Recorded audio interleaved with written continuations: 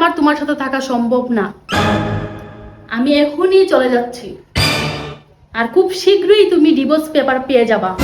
সামান্য একটা বিষয় নিয়ে তুমি এত বড় কাহিনী কইরো না। আমার ভুল হইছে, আমার মাফ কইরা দাও প্লিজ। আমি আর জীবনে এইরকম কাজ আর করবো না। এইটারে তুমি সামান্য ভুল বলতেছো?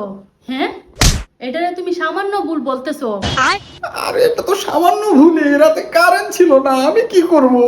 ভুলে ভাবির বাসায় জায়গায় শুয়ে পড়ছিলাম, কিন্তু সকালে তো আবার ঠিকই চলে আসছি, তাই না? আইরে আল্লাহ, কিছুই বলে করেনি, সারাটা রাত কাটাই আসছে, বেহায়া বেলজ্জা শরম নাই। আমি কি করব? যা বলবা তুমি আমি তাই করবো। তোরা কিচ্ছু করা লাগবে না, তুই গিয়ে বাবির ঘরে শুয়ে থাক, শুধু রাতে না, দিনেও গিয়ে শুয়ে থাক।